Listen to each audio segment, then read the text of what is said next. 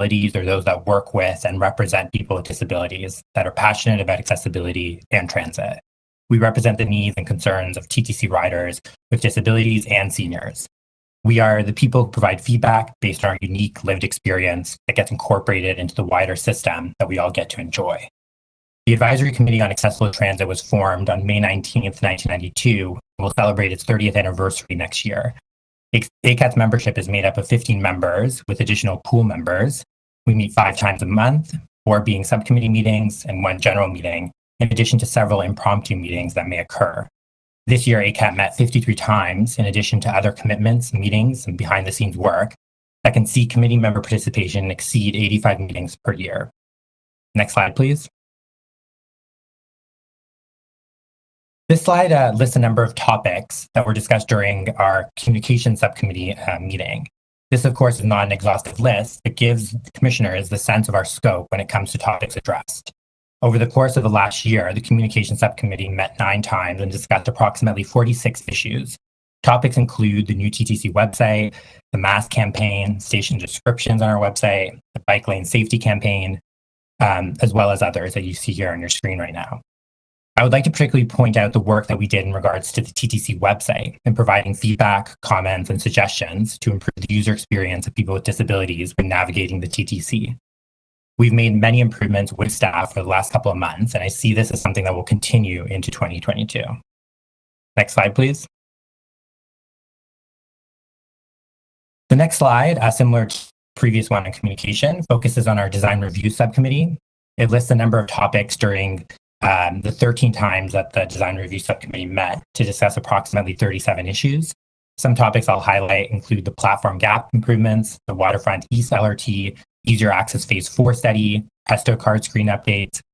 A major point of concern that has existed for some time, as commissioners are aware, is the importance of integrating TTC standards and operations with Metrolinx, those that build our new transit lines. In the past, we've struggled to do this in a meaningful way, where ACAP feedback and accessibility is In the past, we've struggled to do this in a meaningful way, where ACAP feedback and accessibility is not prioritized in the same fashion as it is at the TTC. I'm pleased to say that we've made quite a bit of progress on this front, working with staff from Metrolinx and the TTC to set up one-off meetings and really advocating for an improved relationship with integrated feedback and reporting loops with Metrolinx. Next slide, please. So this next slide lists a number of topics that we've discussed in our Wheel-Trans subcommittee meetings. During the 9 times that the Wheel-Trans subcommittee met, we discussed approximately 40 different issues. Topics included the 7-meter ProMaster pilot, travel training updates, Wheel-Trans mobile app, family of services, and the customer satisfaction survey, among others. I would like to highlight the Phase 4 launch of the self-booking website, which was implemented on November 28, 2021, and will include a number of helpful new features, including an option to request an early pickup time, where is my ride, real-time GPS, web chat, SMS notification, and overall greater functionality and a more refined user interface. These added functions contribute greatly to assisting Wheel-Trans users, providing more flexibility, more independence, and freedom to engage with the transit system and to move throughout our city. Next slide, please. Finally, this next slide focuses on our service planning subcommittee. This committee met 8 times this past year to discuss approximately 35 issues. Topics include the entrance connection policy, Young Tomorrow project, 10-year fare collection strategy, crisis intervention training, and the planned rollout of Opto.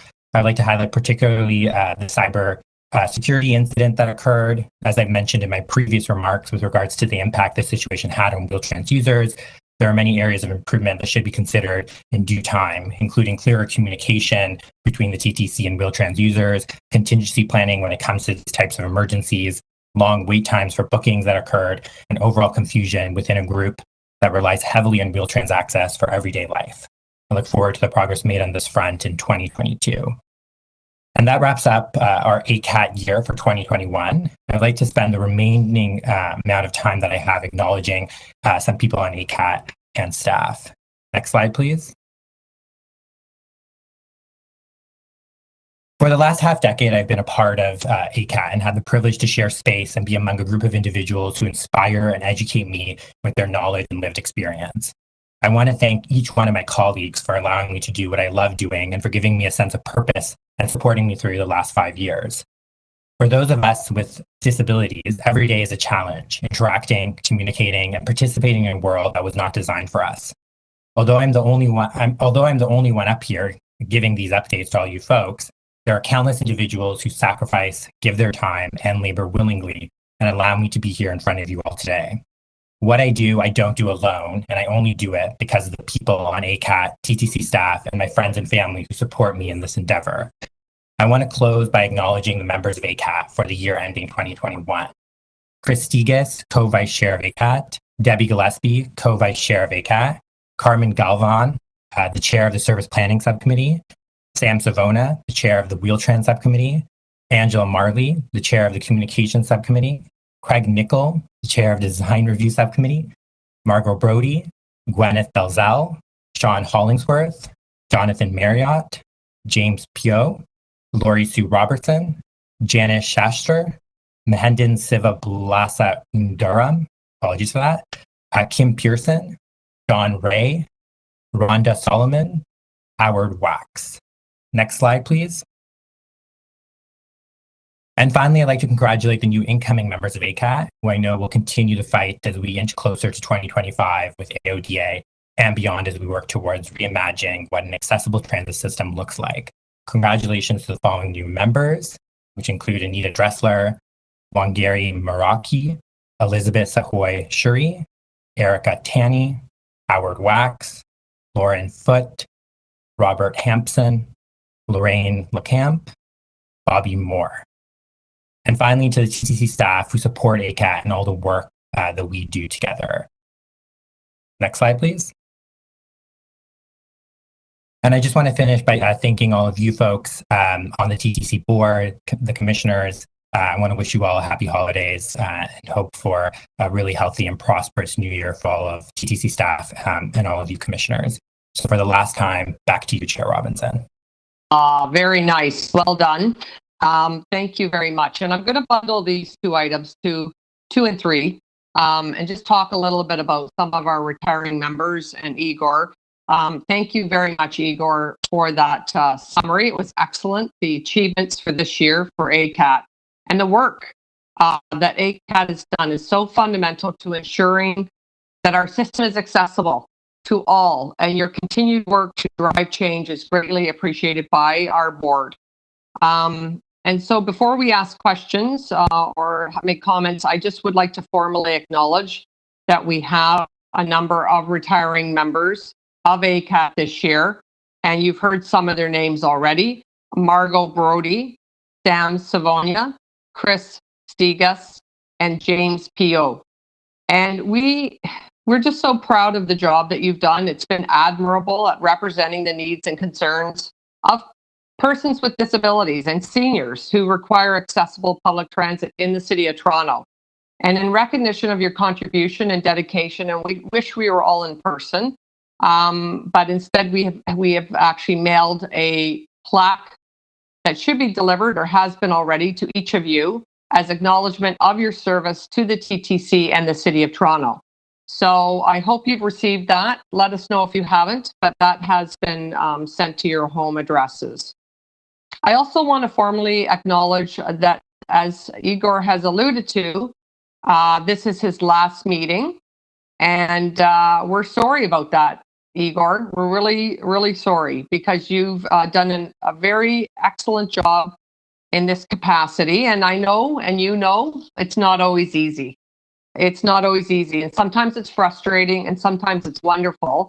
But we're so grateful for your guidance over the past year. And again, your fantastic presentation you just delivered says it all. ACAT has achieved a lot over this past year during a raging pandemic. I mean, that's what's remarkable, is the parallel effort of all this. So the TTC is better for your time with us and your work. And on a personal note, I've really enjoyed working with you. I know you know that in your capacity as chair. And I look forward to seeing what you're going to do next to hopefully improve accessibility in the city and accomplish much more. So thank you to all the retiring members, and Igor, will miss you. And your presentations have been very succinct and well presented. So thank you for all of that. And I wish we could hand out plaques in person, but we don't get that. We don't get that opportunity. Maybe down the road. So take us off mute. Everybody will go off mute, and let's do a round of applause for these amazing people.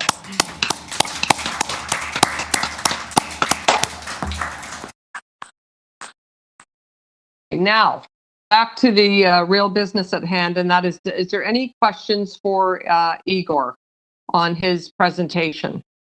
Yeah, I had one question. Sorry, I know this is inappropriate because I didn't text or email, but I'm going to just jump in quickly here.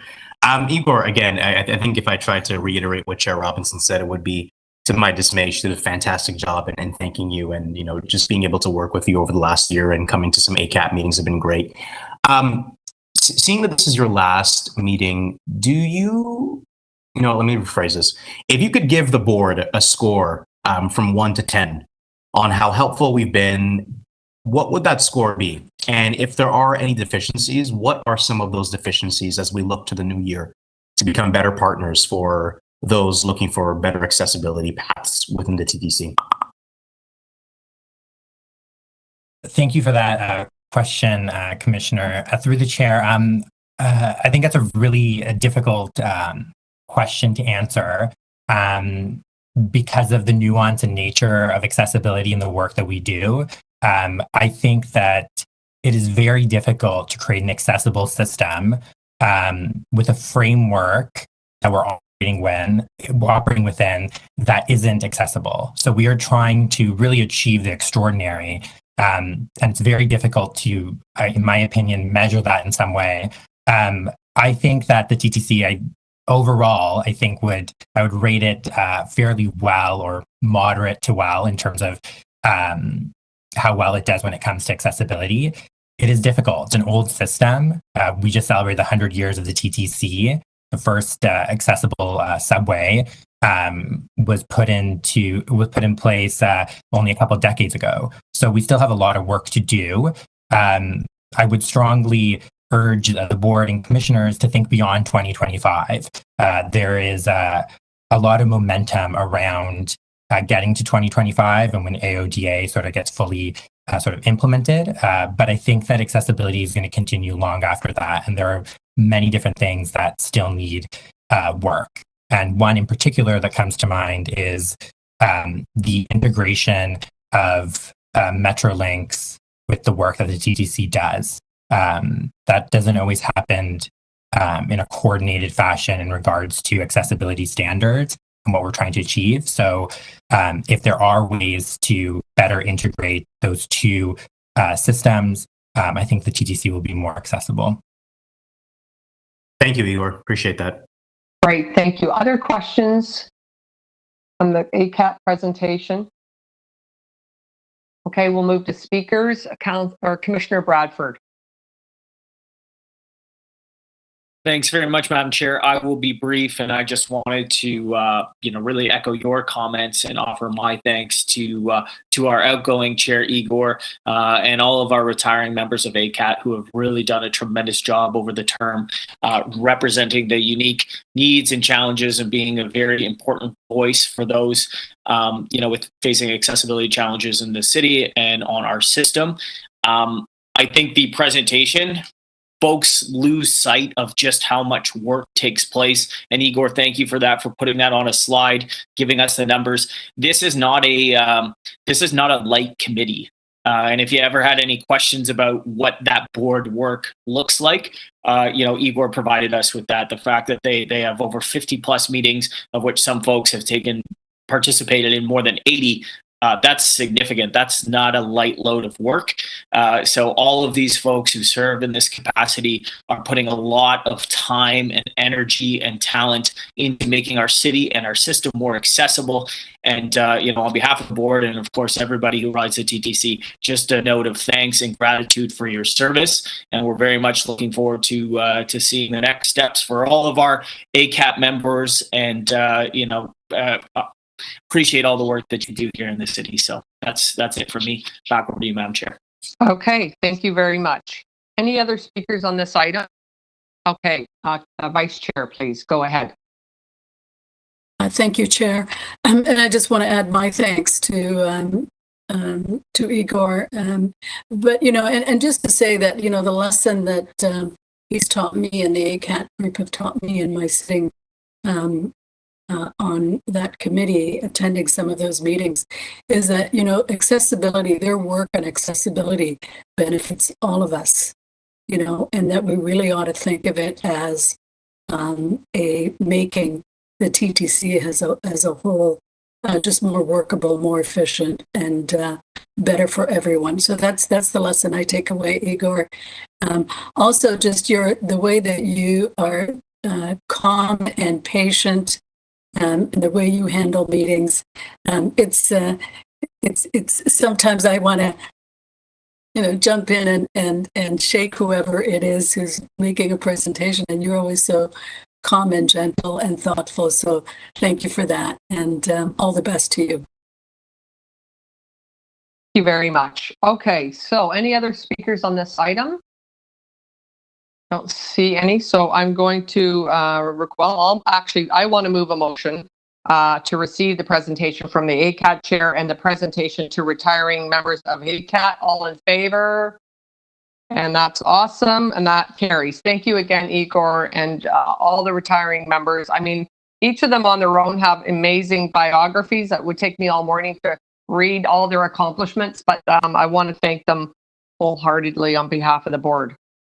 Next item would be to move into closed session for item 8, but I believe Commissioner Carroll might release that. Is that correct?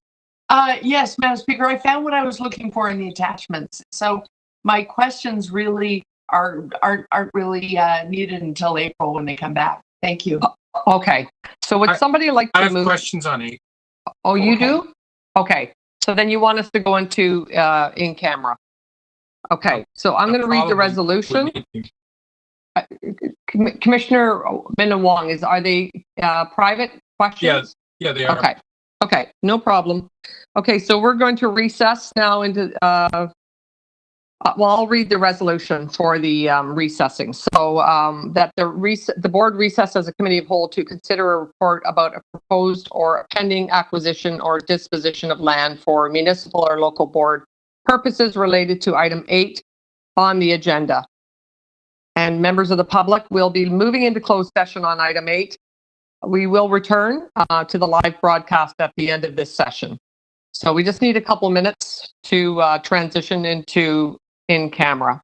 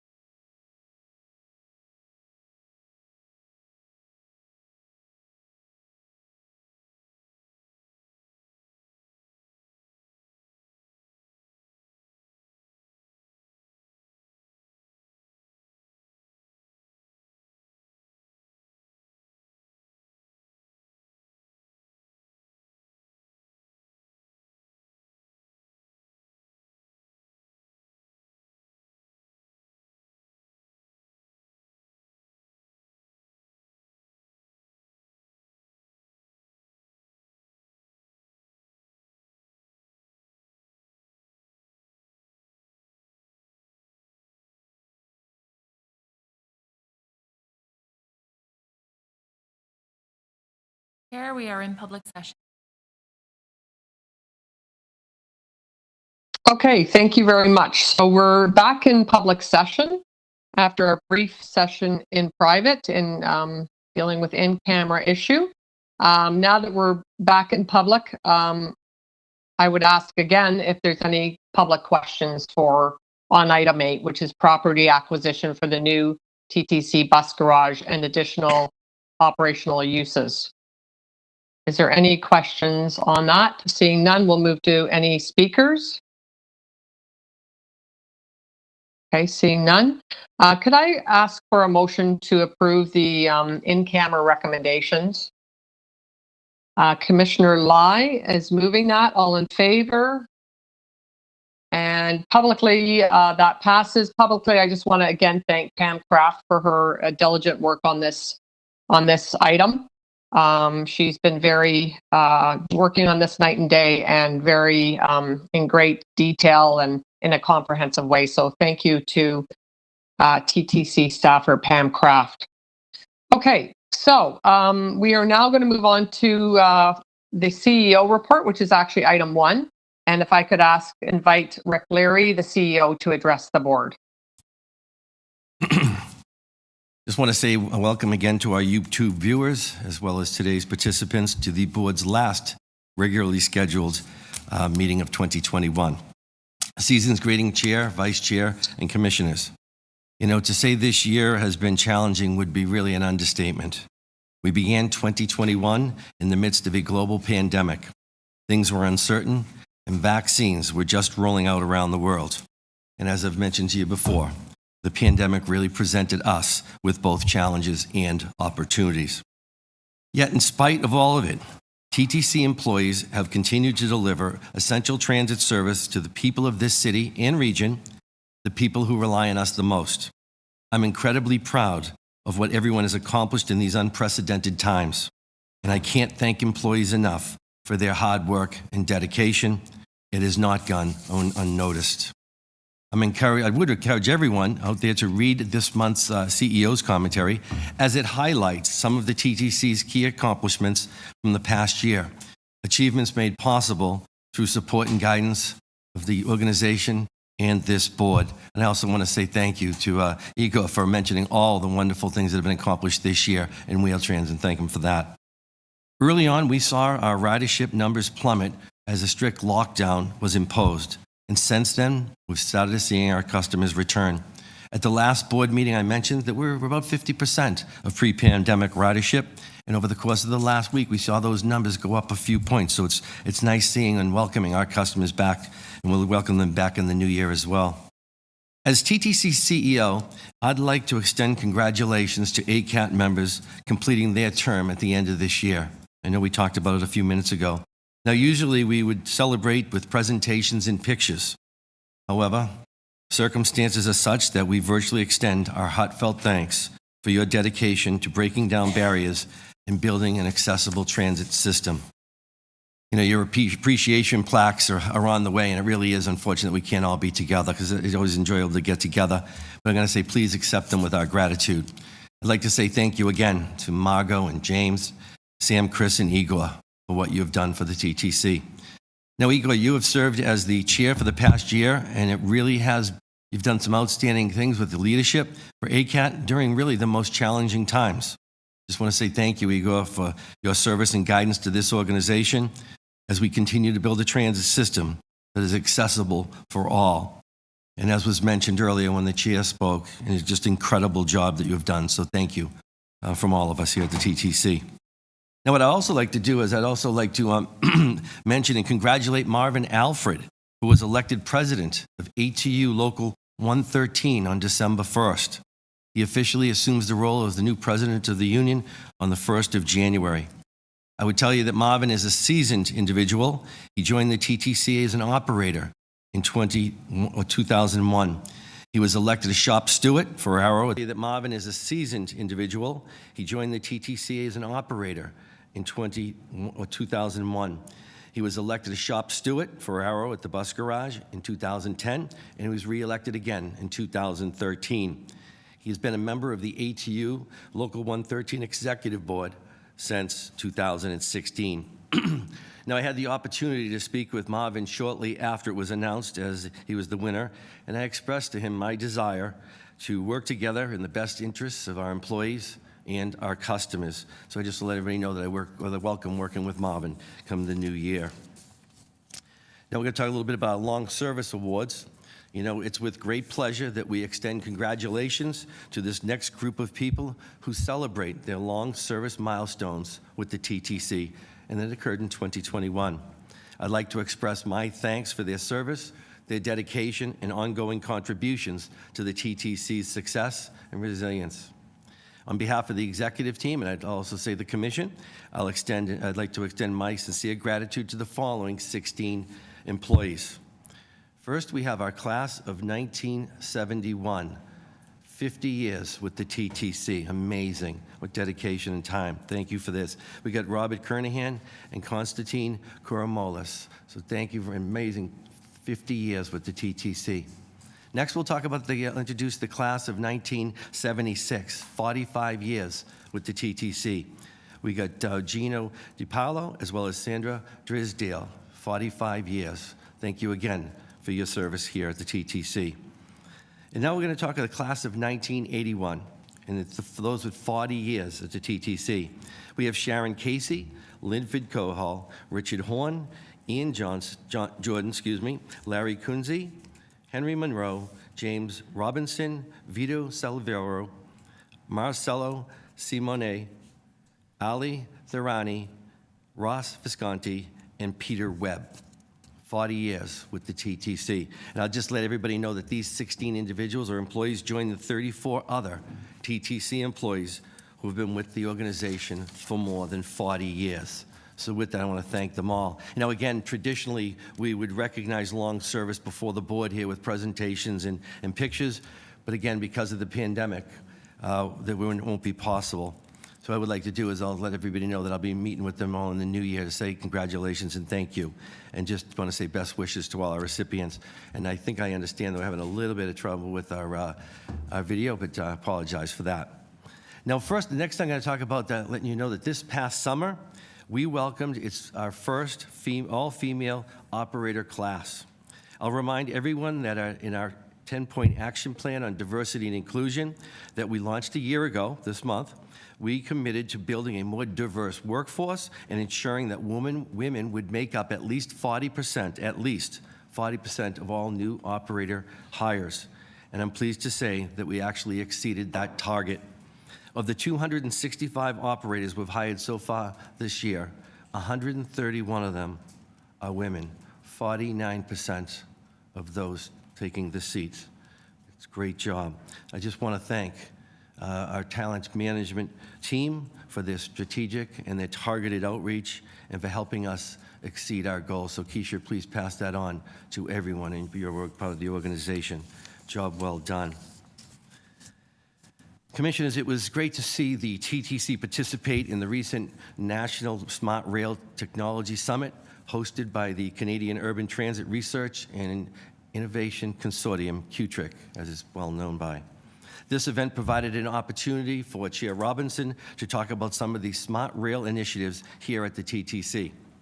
The chair, along with Bem Case, who leads our innovation and sustainability group, did an outstanding job highlighting a number of the programs as well as the new projects that will serve our customers. You know, and you've heard these before, but I'll mention a few of them again with the automatic train control and the way we're doing single-person train operation. We're innovating for the future and being a more efficient, effective, and customer service organization. So I want to thank the chair and Bem for sharing their insights. We are leading the industry in so many areas, like our battery electric bus fleet, and we're not going to slow down. In order to maintain our leadership, we need to apply a sustainability lens to everything we do so that we can continue to innovate for the future. I don't want us to just meet our sustainability and innovation expectations. We want to exceed them, and that is what we intend to do, is remain a leader in this forum. Now, and finally, during our 100th anniversary, we were actually delighted to extend a very happy birthday to Rosa La Pena, who turned 100 years old on December 1st. Rosa has a very special connection to the TTC. She is the mother and grandmother of Queensway Division employees Angela LaPena and Teresa Piccolino.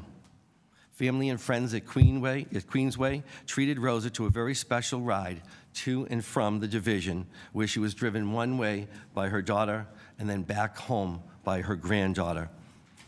Now, born exactly 2 months after the TTC was established in 1921, we also made sure that Rosa received a copy of our 100th anniversary edition of our book of the TTC. So just wanted to let you know that and say happy birthday to Rosa.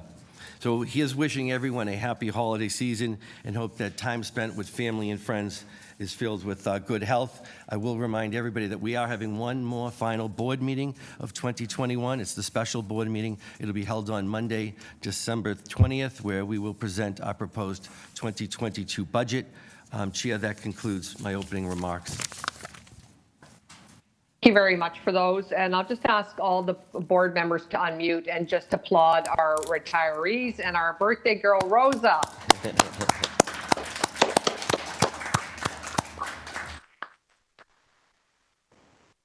Thank you to everyone for your long service and your commitment to this organization. It's phenomenal.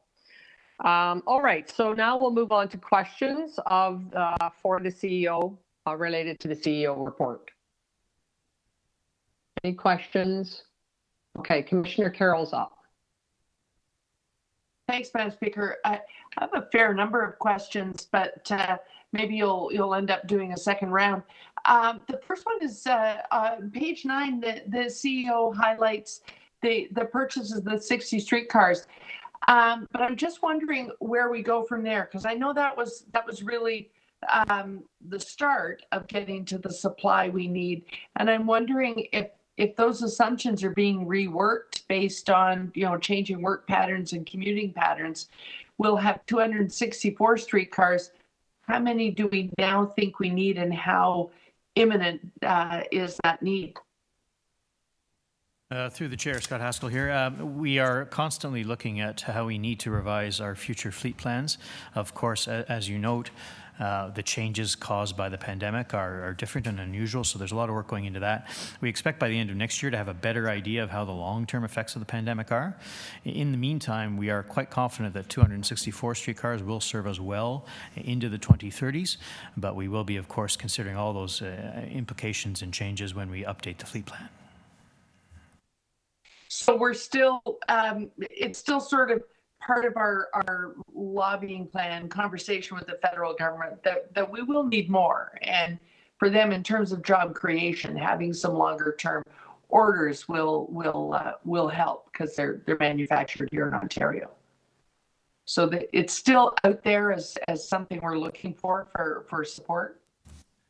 Through you, Chair, I'll take that. That is correct, Commissioner. And as you're aware, we're also having a dialogue with other levels of government for the need for trains for Line 1 and Line 2 as well as maintenance facilities. So that dialogue continues. And we're letting people know now that, we have decisions to make by somewhere in the middle of next year regarding how we invest our capital money that was available to us regarding allocating it for new vehicles or through overhaul. So there's a lot coming up in the next 6 to 7 months.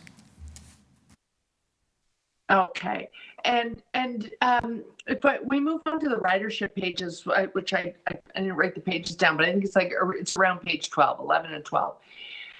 So we're looking at changing patterns here, and the numbers go as far as September there. So we're looking at the point in time where numbers were looking pretty good, but we're realizing, some of this changing work pattern, not coming down for 5 days a week, may continue for a long time. Do we have anything in our work plan for the board and for staff for 2022 where we look at drafting a different calendar for ridership analysis, ridership growth strategy? Because we may need to change the type of growth. It's not necessarily all going to be about, how can we increase monthly pass purchases. It's going to be about what is this new ridership and how do we grow that and grow the faith in the system. Is that in our plan for 2022? Through the chair, yes, in a very general sense. In part of our 5-year fare policy and 10-year fare collection outlook, we'll be considering issues, as you mentioned, about pricing, for example, which could better reflect the way that people have changed using the system. And then furthermore, our annual service plan, which we will kick off the next version of next year, will also certainly think about how ridership has changed, how the ridership throughout the day has changed, and how our customer needs have changed. Okay, and you're looking at having, do we have pre-COVID data? When we talk about monthly pass sales, we would always get sort of the global number. But had we done surveying? Do we have data on monthly pass sales downtown versus the suburbs, that sort of thing? Through the chair, that kind of data from through the chair, we certainly have a lot of data on monthly pass sales going back to 1980. I do believe that we can mine data about the home postal codes of purchasers of monthly passes, and that sort of detailed analysis is something we're always looking to do. Right, because you may need to look at. There's a huge increase during the pandemic of cycling infrastructure, which changes downtown dwellers' trips. People have gotten used to Uber, which is a problem. But so there's a lot of change, particularly to downtown ridership, which I think the way you've broken down ridership by vehicle, it kind of shows, because the bus system is really coming back. Streetcars in some ways not so much. So we maybe need to rethink that. Am I on the right track? Through the chair, yes. In fact, we are starting to see a resurgence in the streetcar numbers. As you say, the bus numbers were always higher during the pandemic. And so these are the sort of things we do look at very carefully, because we want to know where people are traveling, how they're paying for their fares, and whether we have crowding issues or whether we need to change the way we arrange the service. Okay, that was your last question. Madam Chair, I had some questions about on-time performance, so I don't know if you're doing a second round. Someone else may ask. Yeah, so that's a good idea. Let's go to a second round. We're going to move to Commissioner Bradford, and then we can come back. Thanks, Madam Chair. I will be very brief. Just a quick question. I try not to take board questioning into some of the local routes and operations work, but I've been receiving a number of questions and concerns about the Queen West streetcar track replacement as we are well into the holiday season here.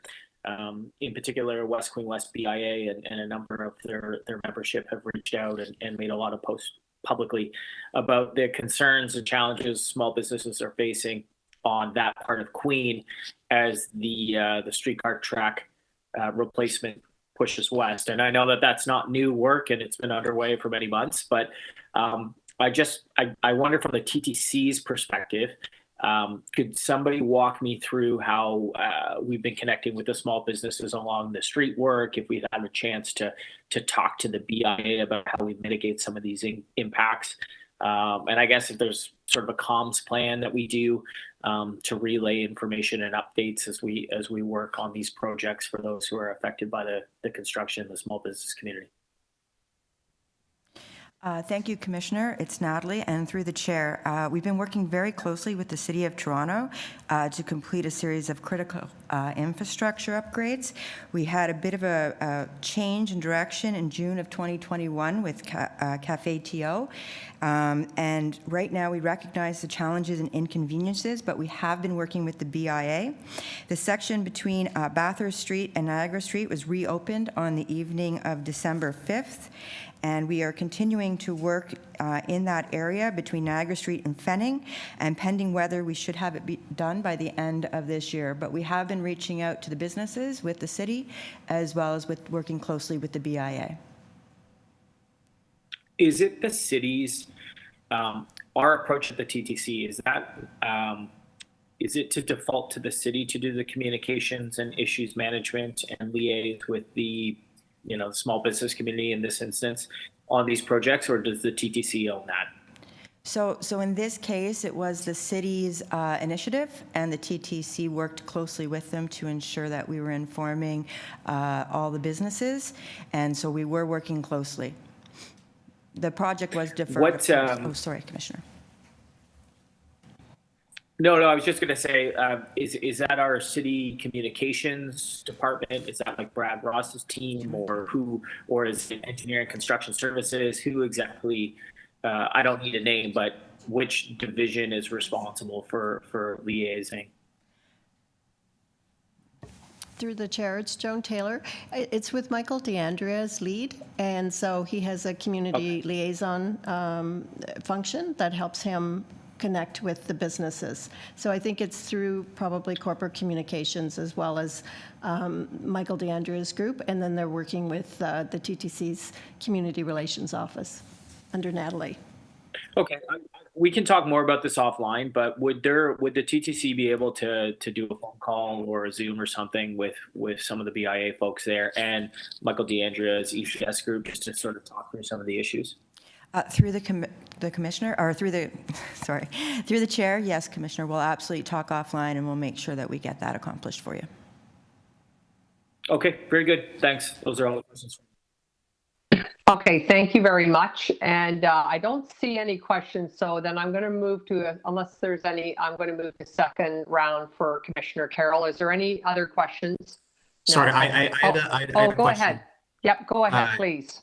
Thanks, Chair Robinson. I noticed, and Rick, thank you again for the commentary. I noticed that there's going to be some more relevance around the innovation sustainability program and what that department will look like moving forward. I'm curious to understand more about what that framework is going to look like. How are you planning that department? What are some of the metrics around it? I don't expect any answers today or on this call, but innovation and sustainability is one of those things where, if we're not careful about how we plan it and how it's strategically formatted, then it can just be fluff. And though we are a system that likely has to focus more of our strategy on how do we ensure that we can just move people from a very conservative and basic level, I think it's important that we do try to put a heavy reliance on innovation and sustainability. So curious to understand what that department looks like. I don't know if there's a document somewhere. I'd love to take a look at it because it's important. And though it's not necessarily important today into present day, for the future, it'll be key. And depending on how we structure that now will be evident on its future success. So I don't know if it's a comment. I don't know if it's a question, but it is more a comment on getting some more information on that and potentially getting involved in how we structure that. Through you, Chair, I'll take that. Yeah, that's correct. So we are working very closely with the Chair as we restructure internally on how we can do a better job when it comes to assessing sustainability and innovation. As you're aware, BEM Case has really been leading the way when it comes to the new technology vehicles, working with Toronto Hydro, OPG, and there's been a number of other initiatives that he's been leading with battery testing, for instance. We're going to be having a report coming back to the board in June. I'm going to look at Joan. Yep, it's June, all right, that gives them more of an outline structure. But we'll be working with the Chair over the course of the next couple of months to continue that. Got it. Okay, thank you. Okay, so I don't see any further questions, so I will move back to second round. I'll move to second round and Commissioner Carroll. Thanks, I appreciate that. So looking at all the on-time performance stats, I note that these are all pre-service cuts. And I wondered if you wanted to comment on that. Page 16, page 18, there's timeliness of service was already a major complaint pre-service cuts.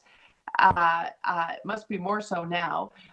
Page 18, it talks about on line 1 in particular staff-related delays, but that was mandate deadline and such. So I wonder if you can comment on what's being done there.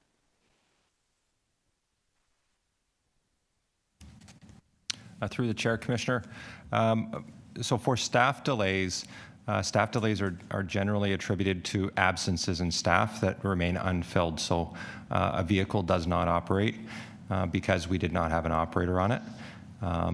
We did see a very high absence level across all of our operating divisions in transportation.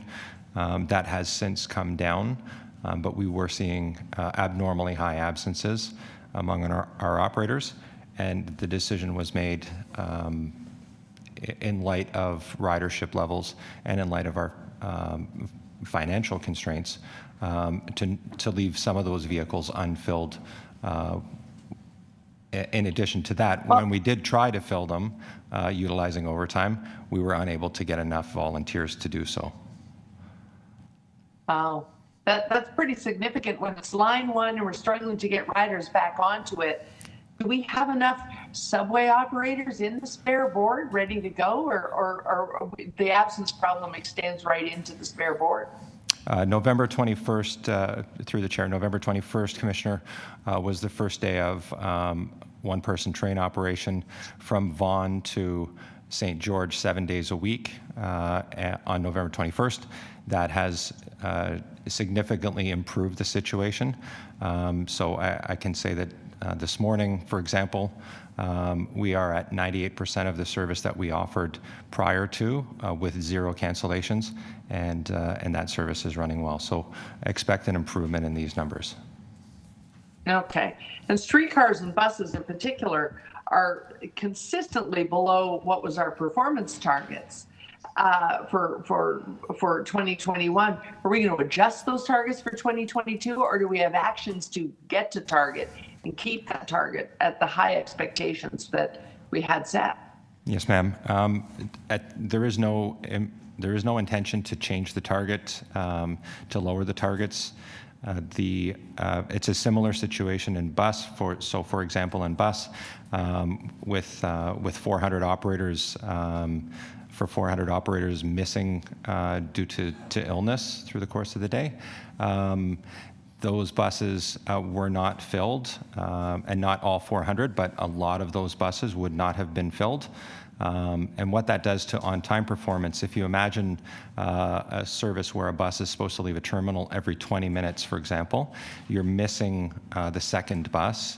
So what we'll do is we'll ask the first bus to leave a little bit later, so that we distribute the wait times for our customers as evenly as possible in that part of the schedule. And then we'll ask the third bus to leave a little bit earlier. What that does is that now you have one early, one missed, and one late for those 3 buses because you were missing one bus. And I think that's reflected in the numbers. If you see in the CEO's report, you'll see that missed, earlies, and lates all increased. So as our operator numbers are getting better and are closer to what we're scheduling, cancellations are down, our absence rates are down, and we expect our on-time performance to go up. Jim, could I jump in for a moment, if it's okay, Council? It's Rick Leary, through you, Chair, because I'd like Sure, but I have one more question. So after this, if I could get one more question. I'll see you get your time in to get the question in. So basically, I want to say there's 3 things. There's COVID, there was absenteeism, and then there was also the fact, if you recall, that we weren't allowed to move buses around early on in the pandemic. We lost that arbitration. So we had to rewrite schedules to create run-as-directed vehicles, and we had up to 140 a day, which you could not see on the on-time performance indicators, because we're still working with the new CAT AVL system to allow those to be plugged in. So there's a lot of work going on behind the scenes. We're not going to change the threshold. I'm going to stop right there so you can get your next question in. Madam Chair, I'm going to load them all together so that the CEO can speak to them all. The 2 safety and security questions, we both for customers and for our staff members, we're still seeing above target amounts of offenses. And I'm wondering, are we looking at data? Do we have trend areas where that's a problem? Are we looking at really making sure that we have good de-escalation strategy out there for the folks, the constables and TEOs that have to deal with this? Are we really targeting in on that? Because I know people are at the end of their tether, and it's making people ornery, but it's leading to an increase in offenses. So what are we doing on that front? And for all of the questions you just answered, I know you've spoken to Marvin Alfred, but I'm wondering if we're pushing there to really look at you got to change the strategy, guys, because it's killing us in service. I know, in terms of the Police Association, they disagree with some of our mandate strategy, but their instructions to their members has been continue, comply. We will grieve it, but in the meantime, you got to comply. We got to keep working. And that's another essential service, and their approach is leading to far less disruption. Have you had that conversation with our new president, Marvin Alfred? And will it help us in some of this safety and security and on-time performance problems? Through your chair, yes, I have. Marvin has had the discussion with me regarding working much more closely together in a conciliatory fashion. He's not an adversary when it comes to this. He is about the employee and the customer service. He's aware that we're trying to significantly increase the hiring of employees across the board. He has talked to me about how we can make the lives better for employees in meaningful ways. And so I'm looking forward to the continued dialogue with him, because he's the gentleman that I've known for the last about 6 or 7 years. He's always been the type that wants to talk across the table and look for solutions, not looking to blame. Security staff, we're helping them understand about offenses and how to deal with them and de-escalate. Yeah, so that's good. I'm going to ask, is Mary on? Because Mary actually is heading up with Betty a task team that we're looking at. We had the 10-point action plan we haven't introduced to the board yet, whether it was looking at safety, security, training, the hiring, the allocation of staff. Mary, could you just give a quick update on that if you could? Certainly, through the chair, Commissioner Carroll, we have a 10-point action plan that we have put together specifically with respect to employees, de-escalation, reporting, the structures around keeping them safe, whether it be in a vehicle or in other.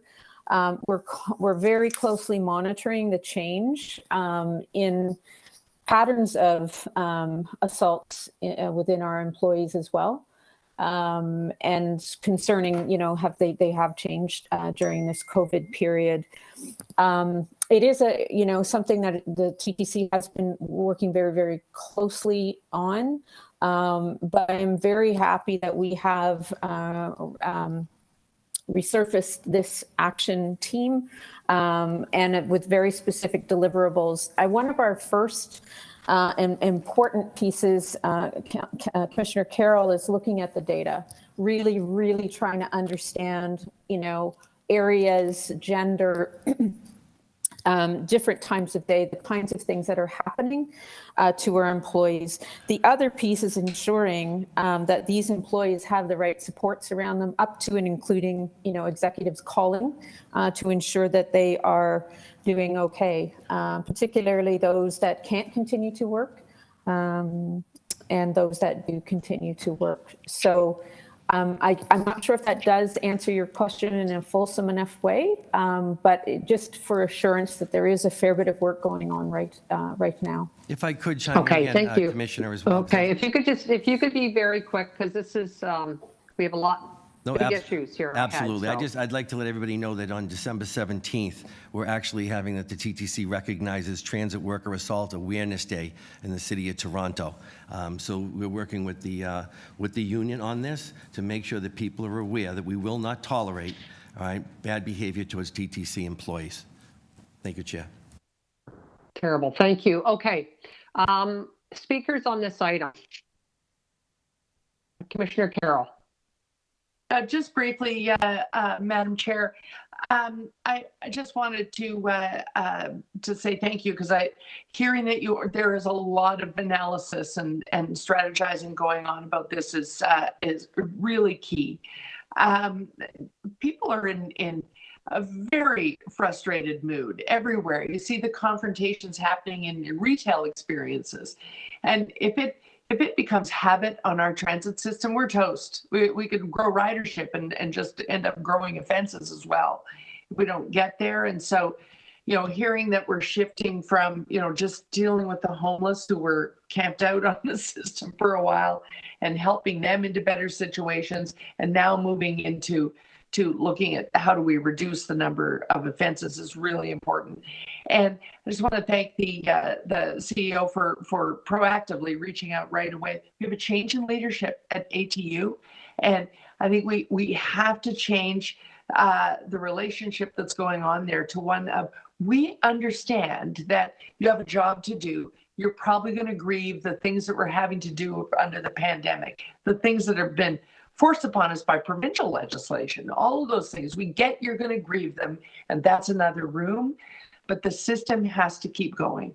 And so we'll deal with the administrative and the grievance process, but let's all make sure that every morning we're getting as many people to work and able to safely work as possible. And I'm glad to hear that that is the focus. It seems from the answers that is the focus. Thank you, Madam Chair, for indulging me for the length of questions. Okay, thank you. And we're going to move on to a request for a motion to receive the CEO's report. Commissioner Carroll is moving that. All in favor? Opposed? That carries. Next is item 4, continuous improvement in capital project management. So I'd ask if there's any questions for the CEO on this item. Chair, if I could make some opening remarks, if I could. Oh, yes. In fact, yes, I forgot. So the CEO would actually like to speak to the next 3 items together to kind of frame up. So I'm speaking of item 4, 5, and 6. He's going to do kind of opening comments about all 3, but we'll deal with the items independently. So we will move to item 4, but the CEO would like to address the 3 as one. Okay, thank you very much. Go ahead. Thank you very much, Chair Robinson. If I could, what I want to do is give everyone just a brief overview of items 4, 5, and 6. Now, when considered together, these 3 reports are representative of the culture here at the TTC, change that focuses on achieving our goal of delivering excellent public transit to the people of this city and the entire Greater Toronto area. They're also important pieces of our business transformation goals. These reports lay the foundation for the kind of cooperation the cities and ultimately the entire region's success is built on. They provide a great oversight as to how the TTC is preparing to meet the ever-changing needs for the Toronto of the future. This includes building service that fulfills our environmental obligations, meets the demand of Canada's largest city, and delivers the high quality our customers expect from us. This kind of work wouldn't be possible without the support from our government partners, the guidance of this board, as well as the strong leadership here at the TTC, our team, a team that I'm confident will carry these projects over the finish line. Now, item number 4 addresses priority actions underway to continuously improve the way the TTC's capital program is planned, managed, and delivered. A key deliverable of the TTC's corporate plan is to transform for financial sustainability, and we're proud to move forward with actions on how to improve our project management practice. This report provides an update on the establishment of a capital projects assurance function in accordance with board direction. Our capital project our capital project progress, we are committing to some very important things. We are proactively identifying opportunities to improve our planning, management, and delivery to ensure that we meet our schedules and our budgets. And as people say, on time, on budget, it's important. We will ensure that there's oversight so we avoid issues in later years for major capital projects. And we will continue to be transparent in the reporting of our report progress. Now, next is item 5, an update of the automatic train control project, which is on target for implementation on all of Line 1 in Q3 of next year. The current program has provided invaluable, I would say, insights and lessons learned with respect to the project management, phasing, risks, and scope development. These will benefit us as we move forward with the Line 2 ATC project and help guide our relationships with contractors and project partners like Metrolinx as it builds the Line 2 East extension at the same time. And finally, I'll move on to item number 6. This is the update on the Bloor-Yonge Capacity Improvements Project. As we all know, Bloor-Yonge Interchange Station is mission critical to the functional and expanding subway network that's all ready to meet the population growth in this city and the GTA. This project is another example of how the TTC will work with all orders of government and partners like York Region and Metrolinx as we ensure it is delivered on time and on budget. Now, it's also important that this project is completed in the context of the other major expansion projects like the Line 2 East Extension, the Ontario Line, and the Line 1 North Expansion Project. I want to thank the city, the the governments of Ontario and Canada for recognizing the importance of this project and for committing funding for it. So in summary, Chair, I believe that these reports will give the board, the public, and our funding partners confidence that we will achieve our shared capital project goals in a timely and an efficient and transparent way. So with that, I'll turn it back over to you, Chair, for the board members to ask questions on 4, 5, and 6. Okay. Thank you very much. We're just going to take a break here to show Rosa because we were having technical issues before. So we now have her photo and we just want to share it publicly. This amazing woman who's having a big birthday. So if we could put Rosa up on the screen, and we will not sing happy birthday. We won't do that to her, but we will give her a round of applause to celebrate her big day. If you could put that up on the screen.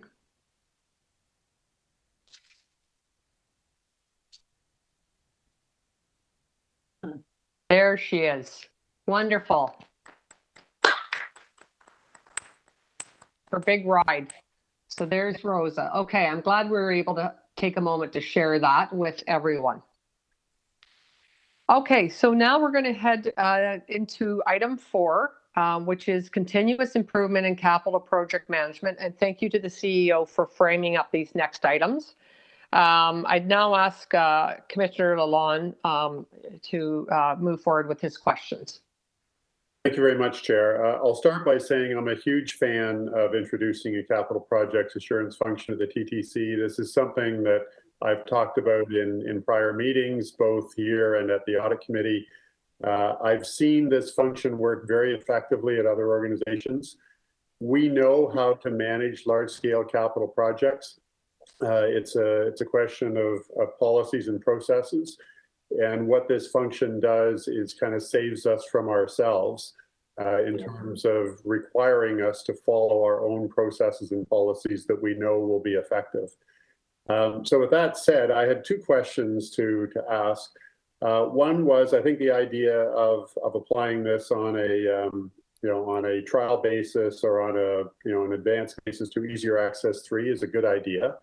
I'd ask that the board receive back a report on that review once it's done, so that we can actually see, how the assurance function will operate. My second question is more substantive, and that is, I'm wondering if any work has been done to scope the effort involved in reviewing all of the projects that we will want to review. So the question is twofold. It's, do we know yet what the scope of this of the mandate for this department will be in terms of which projects it will review? And secondly, have we scoped the amount of work that entails to size the function accordingly with that amount of work?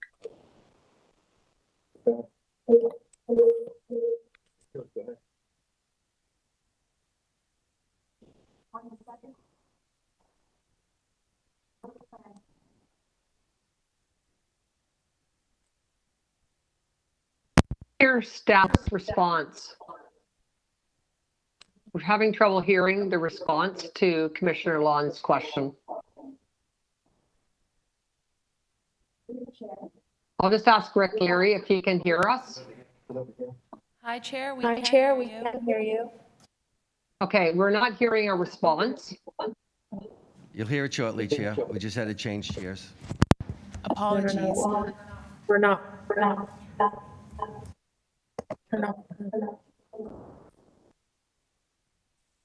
No. Chair, can you hear us? Can now. Okay. Through the chair. Can you hear me now? Yes. Okay. Apologies for that. It's Karen Thorburn speaking. So on the second part of the question, Commissioner Lalonde, what we are doing right now is actually developing the work plan for the capital project assurance function with our independent consultant, Ernst & Young, right now.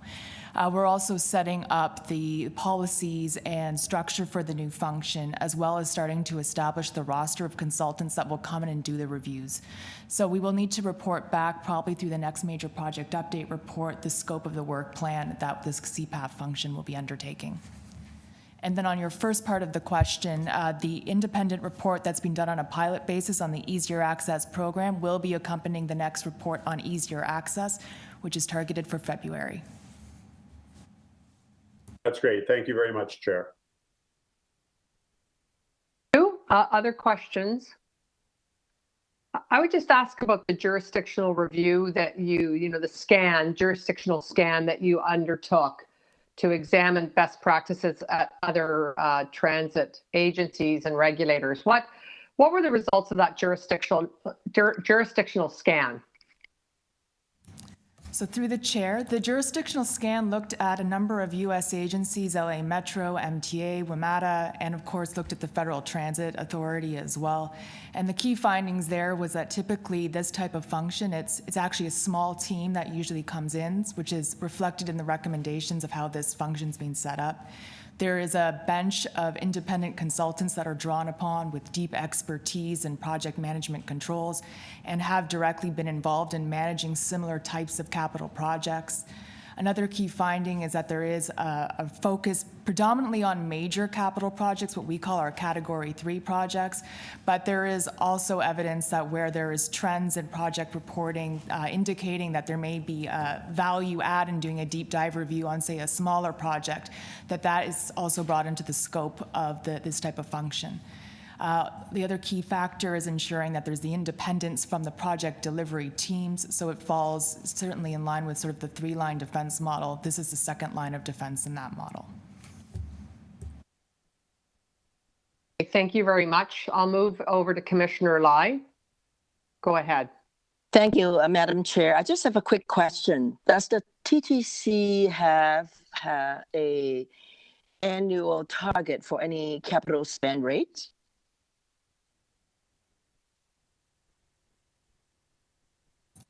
So through the chair, thank you for that question, Commissioner. We achieve to be somewhere in the 85 to 90% range.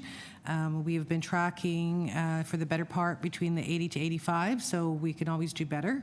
And part of that work is making sure that we're aligning our capital spending with our project activities, and so these things are very much related, but that is our goal. Do you do it annually, or is just this year you're talking about? So since I've been here with the TTC, it's been the last few years that we've been trying to get our spending rate up, of course, and that is an annual target that we're looking at going forward. Okay, thank you. Commissioner Bradford. Thank you, Madam Chair. So I have questions on both item 5 and 6.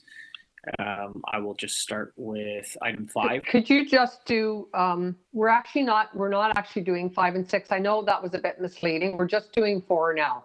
We are going to do them independent. Got it. So if you could, unless you have anything on 4, if you could just hold off. No, I have 5 and 6. Good. Okay, let's wait for that then. Okay, any other questions? Speakers on item 4, continuous improvement in capital project management? Okay, yes, I knew that. Commissioner Osborne, go ahead. Thank you, Madam Chair. I just wanted to say that I'm really supportive of this CPAF initiative. I think it's really going to help us. And the whole time I was reading this section, I was wondering in the back of all of this is I wonder how much money is at stake here. And even though you can't measure something that doesn't happen in a direct way, it seems that if we have a capital budget of $500 million, if this group manages even 1% protection on these projects, they have more than paid for themselves. And So it got me thinking if there is some way, and obviously this would be well down the road, if we could come up with an approach that might attempt to quantify what kind of impact this group is having. I am pretty confident the impact is going to be very positive. I'd be interested in knowing if there is some way that we could kind of put some arms around what they're doing. Anyway, that's just my view. As I say, I'm extremely supportive. These are massive dollar amounts we're spending, and any way that we can go about protecting the integrity of these budgets, I think is for the good. Thank you. Okay, other speakers?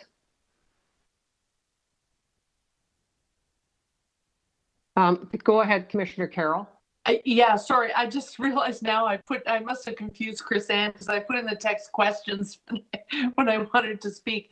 I just wanted to note, I'm a little frustrated because this is a major change. I didn't ask it in questions because I don't want to seem like I'm nickel and diming because the previous commissioner is absolutely right. It is massive dollars. And so whenever we're having to invest, but what I would have liked to have seen in the report is a chart that shows us what capital positions are shifting from, the capital program that didn't have these 1, 2, and 3 categories and a real assurance program. Are we shifting positions? Are we going to have to add positions? I would have loved to have seen that charted here. I suspect that there is going to be an employment impact, and we're going to end up seeing it in the budget. And that's always a loaded thing because I find that when we do our budget and then we send our budget to the city, they're often shocked at the number of full-time positions it takes to run the TTC capital program. So they go, what are these capital positions? I thought people are temporary and they all disappear at the end of the project. This is going to mean an ongoing unit. And I would have loved to have seen it in our report so that we could then say to council, we were fully aware of that impact as we adopted this. But Commissioner Lalonde said it best. This is a program that any capital program this large should have. Of course, we have to adopt it, but I think we got to be accountable for the employment investment we're going to have to make it really work. Thank you. Any other speakers? I'm just going to speak quickly. Thank you to Karen for her excellent job on this. Karen Thornburn clearly has worked very hard to pull all this together. So I want to start by thanking her. And of course, the CEO who has supported this moving in this direction. So it's an excellent report and we're making progress on a very important issue. I also want to thank Commissioner Ron Lalonde for identifying the need for a capital projects assurance function and moving a motion, I think it was in 2019, to that effect. I think it was actually April 2019 when he did that. So, kudos to you for having that foresight and pushing this issue, because I think it's so important. And so I'll leave it at that, except to say I fully support the key actions highlighted in the table to support the continuous improvements of our project management and delivery. From governance and in procurement to contract management and resource planning. And I look forward to that deep dive of the first pilot into the Easier Access 3 program and the results of that. But I think we're now taking concrete steps on something, quite frankly, that we've been criticized as an organization previously. And so I think everybody who's played a role in this to get us to this spot. And we'll look forward to further updates on this to see this really unfold. I mean, it's as Commissioner Lalonde said, it's simply about following our own policies and procedures and doing that on time, on budget. But it is over the years, certainly prior to me sitting on this commission, it is something you heard rumblings about where there was a kind of a optics that this was not a strong point for us. So it's really, to me, it's really exciting to see this happening and see this rolled out and all the efforts that have gone into it. So thank you to everyone. And on that note, I will move this recommendation that we receive for information the priority actions for implementing or improving capital project management in Table 1. So that's our recommendation before us. All in favor? Opposed? That carries. Now we'll move to item 5, automatic train control, lessons learned, and program update. So I know Commissioner Bradford wants to speak on this. I'm not sure. Do you have questions, Commissioner Bradford? Yes, Madam Chair. I may not actually need to speak, but I do have questions. Okay, well, go ahead with your questions. Thank you. Thanks very much. I just want to talk about the continuity of the signal system here. Looking at the steps towards bringing ATC online too, that's obviously very exciting. Page 12 of the discussion on developing another RFP for that project work and the intent to build in more scope and study based on the lessons that we've learned. That's great. I think that's really key.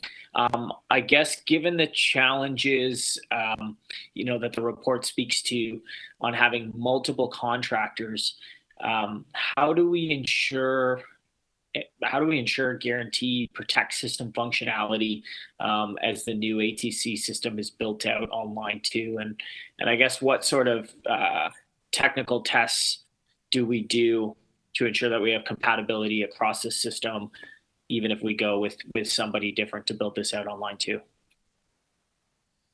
Through the chair, I'll take this question. When you talk about multiple contractors, that's what we had on line 1. The intention on line 2 is to have a single contractor deliver the full scope. And previously we had 2 major contractors, and there was serious interface issues with those 2 contractors. And we came back to the board earlier on in the line 1 project to consolidate them into one. So the intention is to have one contractor as we go forward for line 2.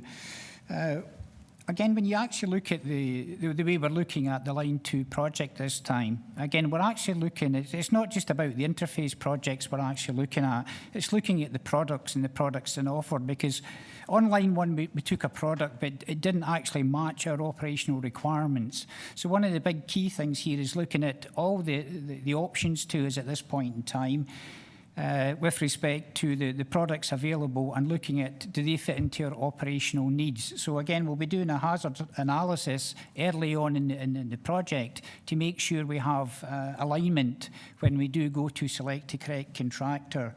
The other issue you brought up, it was about compatibility, so it's about interoperability with the other systems. Again, that most signalling systems can have interoperability with each other's. It's down to a matter of cost and what that costs, because then you'd have 2 sets of controls within the train if you use a different types of system. And we're looking to try to have interoperability across all of our lines at this point in time.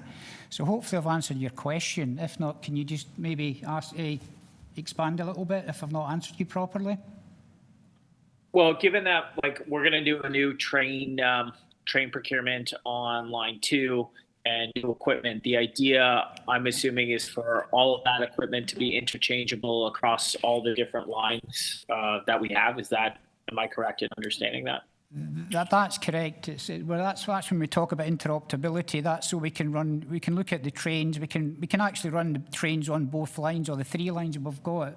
Our current line 1, 2, and 4 at this point in time, because that's where the main trains run just now. So that is the goal, is to have interoperability across all lines. So is there a problem or a challenge if we have different ATC and signaling equipment on line 1 than we may have on line 2 if we're going with different providers, and yet we have a fleet of vehicles that's going across all of these different lines, but we have different signal equipment? When you talk to the signal... I apologize if I'm not getting it. I want to make sure that everything is going to work everywhere. Yeah.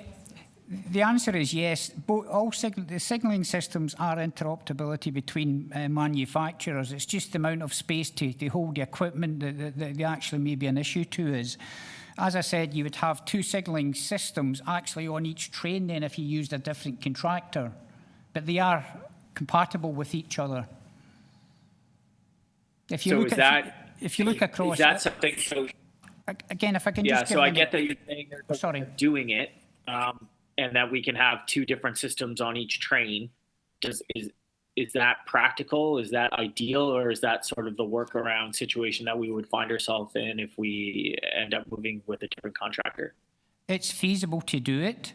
Again, it comes back to, when I mentioned earlier on, it will come back to the cost of it, because when a second signal contractor bids for the job, they'll have to bid for interoperability, and that would have to put their signalling system onto the Line 1 trains at the same time as well.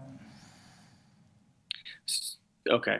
So interruptibility is going to be baked into the RFP. This is essential. We will guarantee, and anyone who's coming forward is going to guarantee that this works on all of our lines.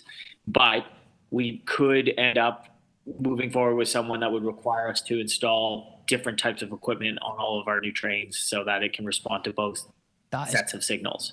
Yes, that is correct. Do we have a position on, do we have a feeling or a position from a technical and functionality perspective of what is more desirable? Is it better to have one? Is it better to have two for redundancy or something? Does that overcomplicate it? Or does it not? Through the chair, the preferred option would be have a signaling system, system that goes across all lines. But it comes down to, when you go out for procurement, how that actually works out through the procurement. Again, to do a single source contract would be, you're talking in the region of maybe $300–400 million as a single source contract if you went down that line. Okay. I know I'm out of time, but last, if you could just comment on how we actually ensure that we don't, on a system the size of ours, and when we're interfacing with lots of different vendors and, you know, really a ever increasing regional type of system, how are we ensuring, what's our risk management plan when we work with different providers to make sure that all of this stuff is working seamlessly together? We can't. Through the chair, that comes down to our robust commissioning, and, well, again, it comes back to product development and product selection. That's where you start first. Then you've got to do the HAZOPs, looking at the system and how that interfaces with your operational needs. And then further to that, then you go through your testing and commissioning phases, which actually irons out any discrepancies between the system and the operational requirements. And again, it's through the testing that you actually prove the system is fit for purpose. Okay, thanks very much, Madam Chair. Yeah, thank you. Thank you. Yeah, thank you very much. I'm just going to ask a quick question, then pass it over to Commissioner Jagiel. So I moved a motion April 2019 at the board meeting requesting the CEO report back if there's any delays with this project schedule. This is something I'm passionate about because my residents are, being Young Line residents. It borders the majority of my ward, my western boundary. So it's something I've had many conversations with Andy Byford about in public meetings, and, you know, where, you know, 2017 was one deadline. I'm so happy we're finally getting there. But I guess I have a very simple question for you, Gary, and that is how confident are you that this will be delivered for September 2022? Through you, Chair, I would tell you right now I'm very confident. We continue to have discussions within this organization on schedules and timelines. Gary and Kirsten and the teams were actually about 6 or 7 weeks ahead of schedule prior to the issues that we've had with November 21st and the staffing. We're going to begin doing weekend diversions again on the weekend of February 6th, and as long as we get those diversions begin at that time frame, we're on schedule to complete this program for implementation on the main line by the end of September. To my ears. Wonderful. That's great to hear. I have to just step aside for a few minutes, so I'm going to hand the gavel to the Vice Chair. The next Commissioner with questions is Commissioner Jagiel. So go ahead. Thank you, Chair Robinson. What's the contingency plan if we don't get this done on time?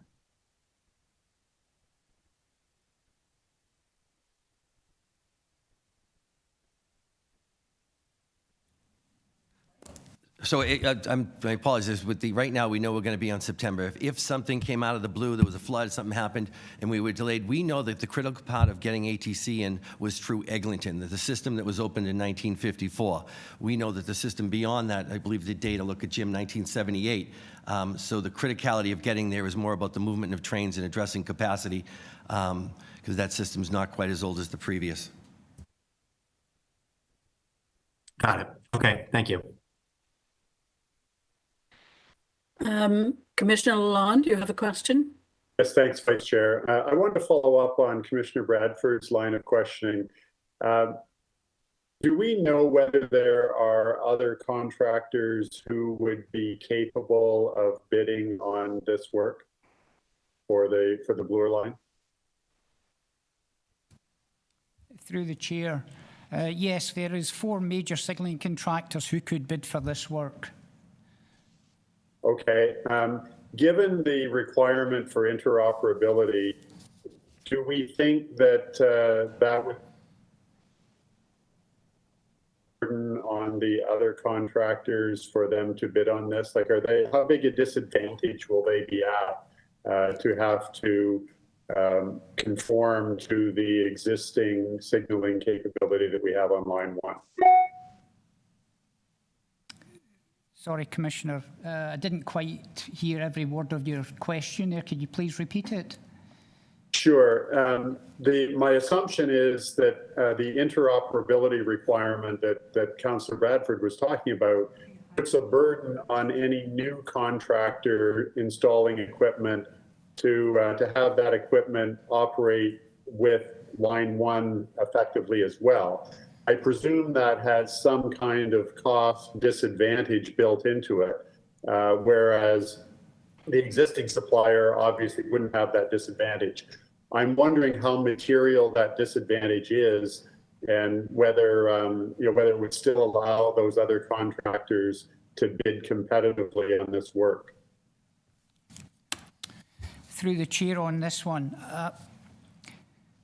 I think that's it's a very difficult question to answer. Yes, the current signalling contractor would have a financial advantage because they wouldn't have to fit out the second set of trains on this one.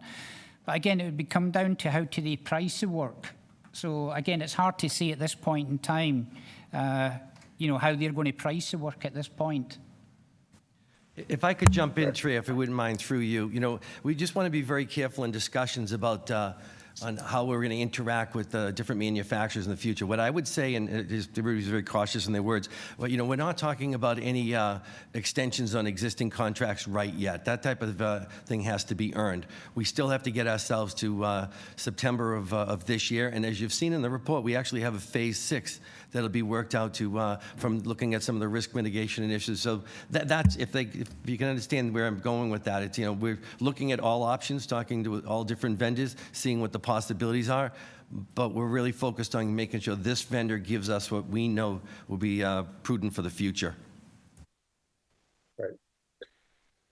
My only point in asking these questions, and maybe I'll usurp my speaking time, is that if we weren't a publicly facing organization, and we knew that we were happy with our ATC capability on line 1, and we were looking to replicate it on line 2, we probably wouldn't be looking for bids on this. We would probably be negotiating with our existing supplier to replicate what they've done on line 1 on line 2. I understand that we are a publicly funded organization, so we have to follow certain approaches. But I think there still is the option of single source contracting. And I would just advise that as we're going through this process, if the requirement of interoperability creates such a financial disadvantage for other providers that they can't compete, then asking for public bids is a bit of a sham, and we might be better off trying to negotiate a single source contract. I understand we're not in a position to have that information at that point today, but that I just counsel that I think we should be cognizant of that as we go through this process.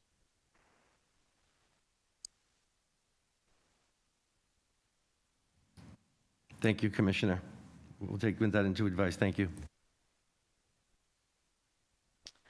I don't have anyone else for questions, but are there any other questions? Could you put your hand up to let me see? If not, we'll move to comments. And Commissioner Lalonde, I think you indicated you might have some comments, or? Well, I think I've made my comments and I just tacked them onto my speaking time, Vice Chair. Okay, thank you. Anyone else for comments? Commissioner Carroll, go ahead. Yeah, I just wanted to build upon what the commissioner was saying. I think it's really important that we understand that stuff, and I really wish that it was built into the report, because clearly you must have gone through that. If there's a reason why we are proceeding with a bid rather than continuing with the same supplier, if it is because the technology is now being replicated, it really needs to be built into the report. Similar to if you were coming to us with a sole source report, you'd be embedding in the report the reason why. If you're going out to tender, embed in the report the reason why. It just helps us so much more in terms of communicating out to our riders and residents, and communicating to council that we are going through those steps, we are contemplating those things before adopting such large items and embarking on these. So, if we think that the compatibility or the ability to patch on is out there, and that's why we're tendering, really should be in the report. Thank you. Thank you, Madam Speaker. Thank you. Any further comments? I don't see any hands. So do we need a motion to receive here, Chris Ann? Vice Chair, or is this just for information? We'll be seeking a motion to adopt the staff recommendations, which are to receive for information. Okay, can I move that for efficiency's sake? Yes, that's fine, Vice Chair. All right, so I move. All in favor? Thank you. I think that's passed. So now we move to item 6, and I believe there's a staff presentation, and then we'll go to questions. So over to staff for the presentation.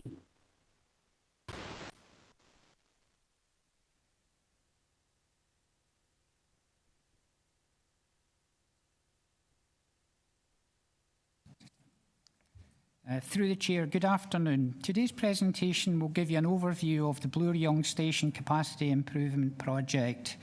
You know, the Bloor-Yonge is a major transfer point and the busiest station in the TTC subway system, and improvements are required to meet both the future growth and subway expansion, including the Yonge North subway extension, the Ontario line, and the Line 2 East extension.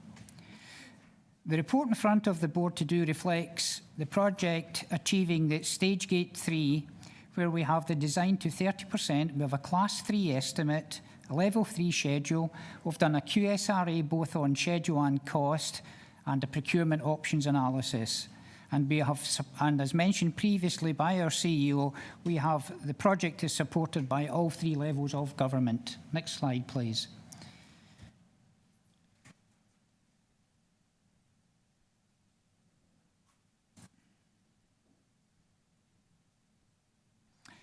Again, just the outline of the presentation. On slides 3 to 5, we'll outline the project drivers. Between slides 6 and 12, we'll take you through an overview of the scope and the benefits associated with that scope. In slides 13 to 15, we'll run through the stage gate 3 deliverables, the procurement model, and the overall schedule and cost. Slide 16 is a high-level view of the business case that was undertaken, and slides 17 and 18 will give you the customer benefits and the next steps. Next slide, please. Again, just looking at the project drivers, as you can see from the photographs, we require modifications and expansion of the existing station to address the current issues and future ridership demands as follows. Currently in the AM/PM peak hour, we're seeing overcrowding on Line 2 platform due to the substandard platform width and the congested vertical circulation area. And we're also having overcrowding on the Line 1 platform due to poor passenger distribution, leading to congestion and a queuing at the vertical circulation. We also, due to this, with the overcrowding in the peak hours, it actually hampers the alighting and boarding, leading to increased dwell times for the trains. In other words, the train is actually stationary longer at the station. Therefore, it affects the impact on the overall service. And again, when you look at the ridership growth, that's only going to compound these deficiencies. And we also have the Line 1 and the Ontario line adding to the congestion in future years. So next slide, please. What you have here is a level of service heat map. And again, if you just, this is doing nothing and projecting forward to 2031. It also takes into consideration that the Yonge North Subway and Ontario line is in operation at this point in time. Again, as you can see on the left-hand side, you can see on the heat map, again, you can see the orange and the red areas is where the main congestion is happening. And again, if you look at the line 2 platforms, you can see around the vertical circulation areas, i.e. the stairs and the escalators, you can actually see crowding happening there. Next slide, please. If you fast forward to 2056 and doing nothing with the same criteria of the Ontario line and the Yonge North Subway being there, you can see the full of the southbound platform is red and the full of the Line 2 platform is red, so it's fully congested. And what actually red indicates is the volume of passengers approaching the already crowded platforms exceeds what the trains can actually move. So we'll get severe crowding in those lines. Next slide, please. So fast forward to 2033, and this is what the new station will look like. What we've actually done, this is a cutaway looking southwest. The rendering shows the roof of the station moved, and it shows the improvements in the increased passenger flow, which I'll explain in further in the next few slides. And it also looks at the new entrance at 81 Bloor Street and the enhanced main entrance at 2 Bloor Street East. Next slide, please. Again, the project benefits are going to be, I'll not go through these verbatim. Again, obviously we've got increased accessibility, we've got greater passenger flow throughout the station, reduced travel time through it, we've got new barrier-free entrances, new exits, new escalator stairs, again, new finishings to the stations, and we'll be putting one new electrical substation in the station as well as doing a utility upgrades. Next slide, please. So just looking at the footprint here of the overall station, if you actually look in purple is the existing station, and in the blue area you're getting the increased size of the station. To put that into context, it's actually 26,000 square metres of increased floor area we'll be putting into the station. I know some people can't quite quantify what that may look like, but if you think of, if you put 5 American football fields side by side, that's the scale of the improvement in the floor area for the station. Again, also you can actually see within this slide, you can actually see some key areas we were talking about. The extension of the platforms just under 2 Bloor Street West, up in the early works at 830 Church Street, where we're putting new ventilation equipment in. And we talked earlier on about a new entrance, and that's going to be at 81 Bloor Street East, and that's in the bottom right-hand corner of the footprint here. So moving to the next slide, please. Again, this shows you the work to be done at the platform, level 1 platform. Again, you can see the expansion of the Line 1 in the northbound and southbound platforms, opening up the station to improve the passenger flow. That's shown in the orange area.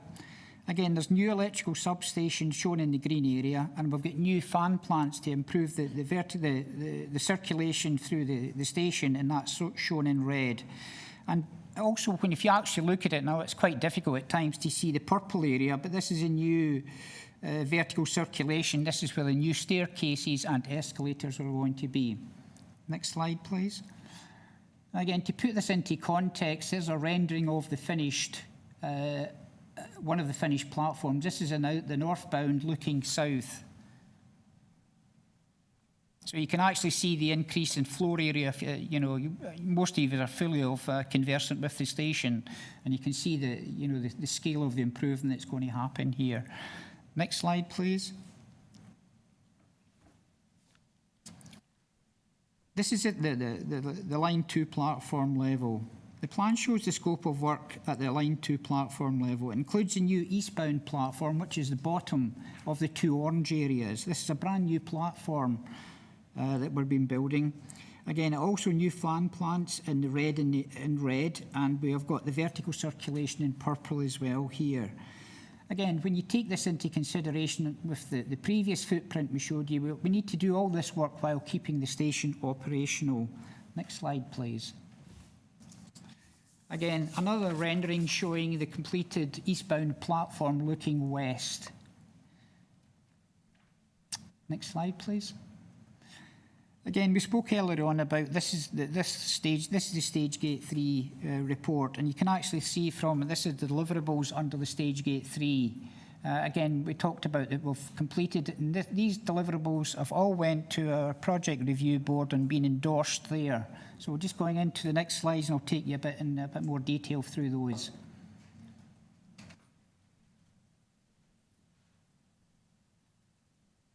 Again, when we look at the procurement options analysis here, again, this was work done with an external party. We looked at a review of the industry information. We looked at other projects that were ongoing. We've done some market sounding. We've done some value for money analysis, and we've done a quantitative risk analysis when we looked at the procurement options analysis. We started off looking at 14 different procurement models, and those were all evaluated. And we shortlisted those down to a design bid build, design build, and the collaborative models such as construction management, alliancing, and progressive design build. The criteria included a number of key factors when we were looking at this, such as ability to manage risk, unforeseen conditions and changes, as well as effective collaboration. It also considered market experience and TTC's readiness, including experience, organisational culture, standards and procedures. Based on the evaluation, both the alliance contracting and the progressive design build came out as the preferred. However, of the two procurement models, the progressive design build better addressed the market experience and the TTC's readiness. Again, just looking at the progressive design build model was chosen and recommended because it allows for greater collaboration between the owner, the designer and the contractor. So you actually bring the contractor in earlier during the design phase. So you actually award the contract to the contractor and he brings in the designer. So you've got the tri-party working through that. So it allows for the early involvement and greater mitigation of risk as we integrate the design, and we take that up to approximately between 60 and 80% of the design. It also builds on the market experience of various design build models used around the GTA, and it also takes cognizance of our experience in the design build model we used on the McNichol garage. And finally, it allows for earlier completion compared to the design build, bid build model, and this was part of the risk analysis we done under that. And if you look at the comparison between the progressive design build and the design bid build, looking at the risk analysis we done, we believe we took 9 months off the programme and saved 65 million with this model. Next slide, please.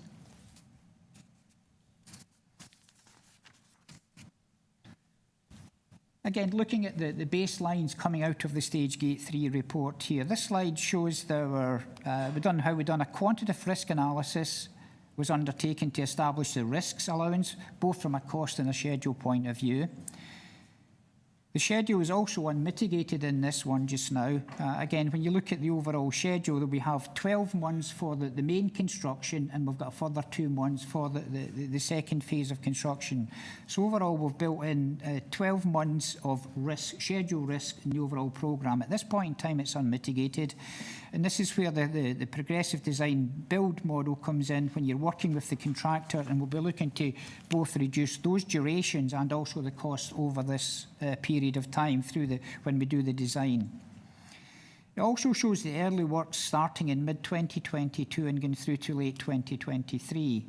And again, this work, as we mentioned earlier on, is the demolition of several buildings and some sewer relocation works working with Toronto Water on Yonge Street. Again, we're looking to bring the owner engineer in Q1 of next year, and we're looking at having the progressive design build model awarded by the end of 2022. So the construction at that, then we do the progressive design build up to the 60-80%, and we'll be looking to start the construction work in 2024.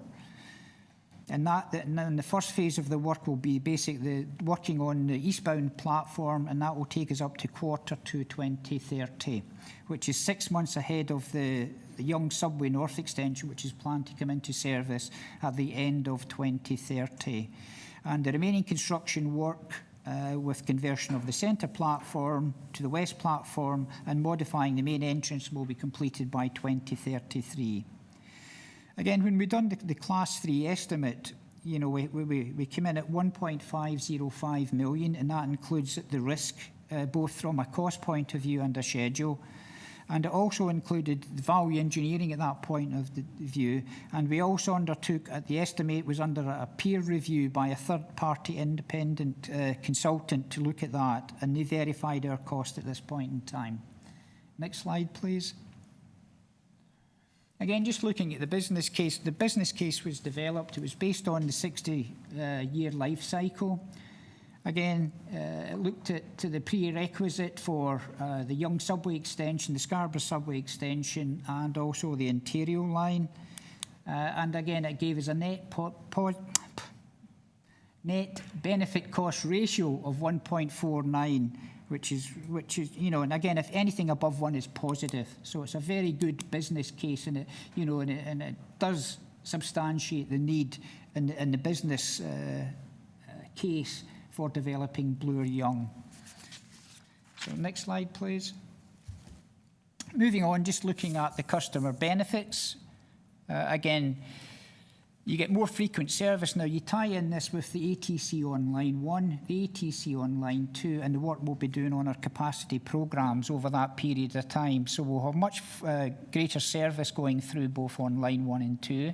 And again, due to that, and increasing in the gross floor area, there'll be less platform crowding, and again, there'll be improved vertical circulation and transfers between line 1 and line 2. Again, reduced travel times, as we spoke about. And again, we have new accessibility entrances on Bloor Street, the south side, and the main entrance and the fare line will be upgraded as part of this. And again, as mentioned before, the station will be much more open, and again, the station finishes and there'll be public art will be also done. And we'll also be looking at intuitive wayfinding as well as we go through the design of this project. So next slide, please.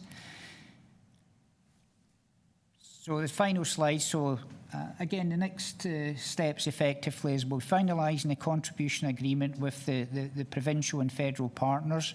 Again, as mentioned previously, we'll be looking to retain the owner's engineer to help us with the project in Q1 2022. And again, we'll be preparing the RFQ and the RFP and selecting the progressive design build team by Q1 2023.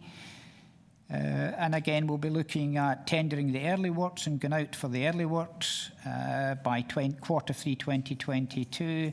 And we'll be reporting back in Q4 2023 with the outcome of the 60 to 80% and with a revised schedule and costs for the overall project. That's the end of the presentation, and I'll take any questions now. Thank you for that. We have two commissioners for questions. First, Commissioner Bradford, and then we'll move to Commissioner Carroll. Commissioner Bradford, please go ahead.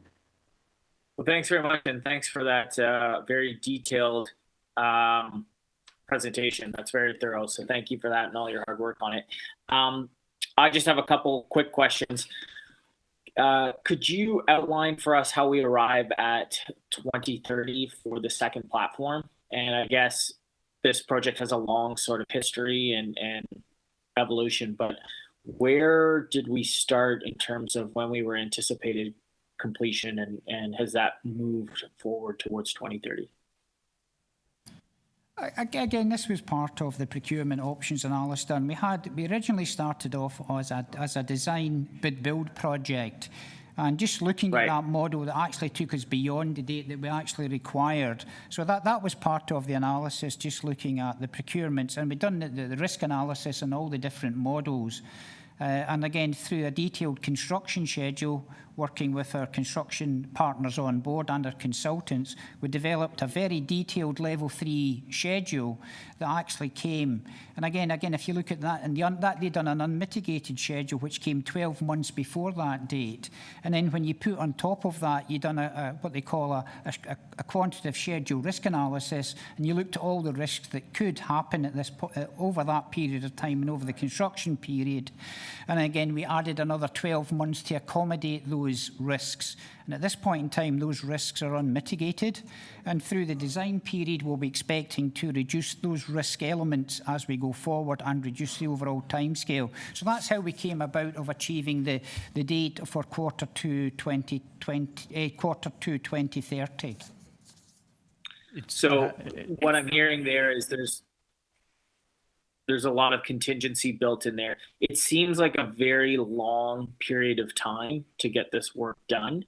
But I know that also, like on any major infrastructure projects, often those schedules sort of move. So, if this is actually sort of the targeted completion and we've built in adequate contingency for all the different things that could go wrong, then that's okay. I did notice that we target 2030 Q2, but then we have a final completion date 3 years later, 2033. Apologies if I missed this, but it says in the report remaining construction. Could you walk me through what the sort of remaining work for those additional 3 years beyond 2030 includes? Yes, through the chair. The main work up to quarter 2 2030 is basically the eastbound platform. Following that, then we'll have to revamp the westbound platform, taking cognizance that a lot of that work will be done in what we call engineering hours at night, because you'll be using that as a platform. So again, that's why we've got quite a long time after the main platform's built, is because we don't have the same 3 access and round-the-clock working we'll have that we do on the new eastbound platform. And again, we'll also be working on some of the back-of-house areas and some of the vertical circulation areas at that point in time that is associated with the current centre platform on line 2. Okay, so we're calling remaining construction, remaining work in the report is how we frame it, but in fact it is the westbound platform plus additional things that you just described. But that's a big piece of work, given that it's the westbound platform. That's correct. Okay. You said that most of that work's going to be done off hours, or you called it engineering hours, I think. Are we anticipating any constraints on full station operation then? Well, that westbound, I would imagine if the westbound platform is not available or under work, how are we going to deal with that?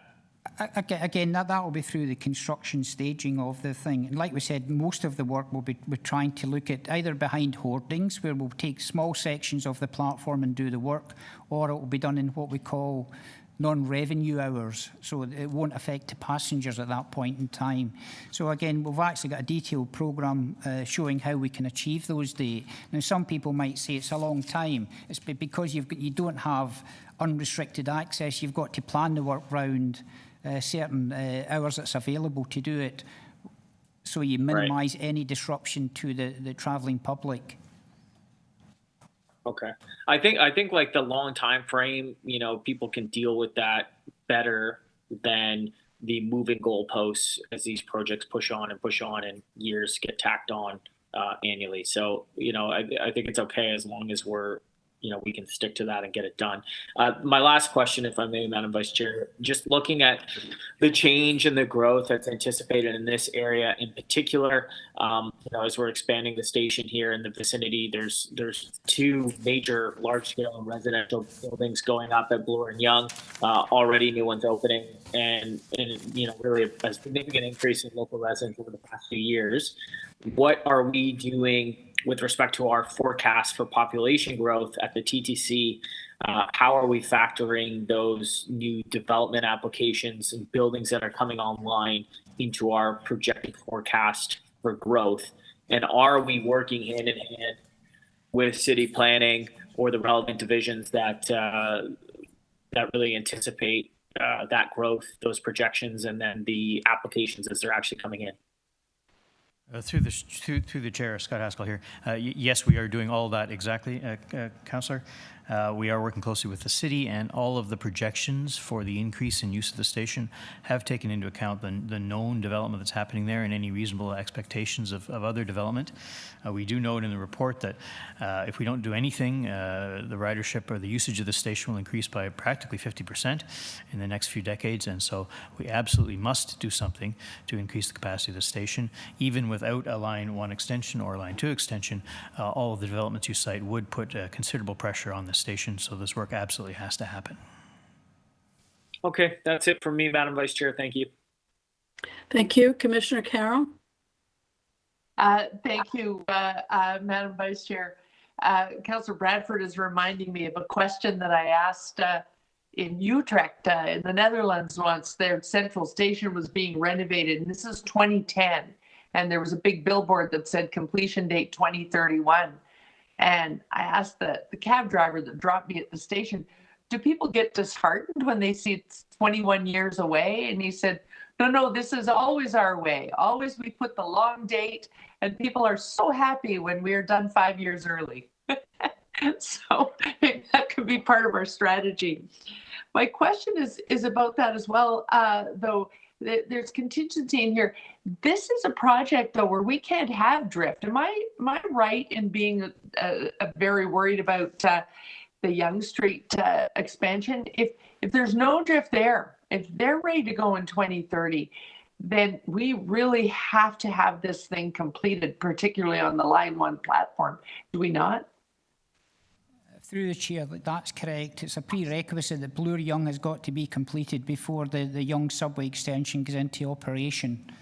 That's well known, and yes, and again, that's why we've looked at it and built the schedule the way it is. And like I said, we've done the quantitative schedule risk analysis to look at what could go wrong, and with respect to site conditions, other elements that would take the project out. And again, at this point in time, we're saying that's additional 12 months, and that's unmitigated.